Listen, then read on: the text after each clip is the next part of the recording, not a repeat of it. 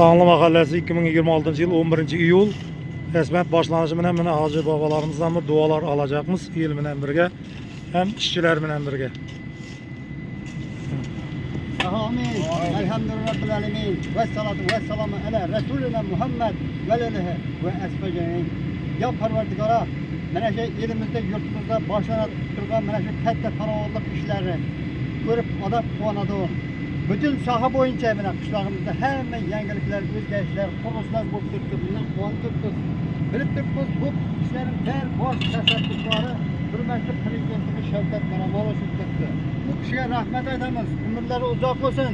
Yurtimizning farovonligi uchun shu uzoq umr ko'rib, kuch g'ayrat beravergay, neki niyatlari, tilaklari orzu-xosa yetiravergay.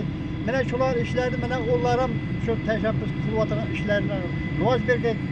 Kuch-quvvat bergay sizlarga. Mana shu yozning issig'ida shunday ishlayapsizlar. Ishlaringizga rivoj bersin. Baxtlaringiz yetmagay. Neki niyatlari, tilaklari bo'lsa, Xudoyim hammangizga yetiravergay.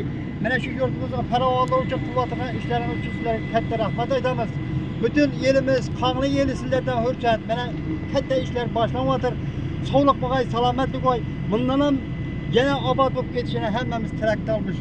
Xudoyim o'lib o'sirgaysizlar bog'larim, ullarim. Hammamiz sog'liq tilaymiz. Oilangizga farovonlik, tinchlik, xotirjamlik tilayman. Neki niyatlaringiz, tilaklaringiz orzu-olsa yetavergay. Sog'liq, salomatlik, hamma şey sog'liqda ko'rishavergaymiz. To'ylardan uchrashaymiz. Baxtlı bo'lgaysizlar, ishlarni baxtli bo'lgan, bag'alarga qatirib qo'ying. Sizlar hamisha o'rnin. Yaxshi sho'ra bo'l, sizga rahmat. Elimizning qo'xdalaridan rahmat.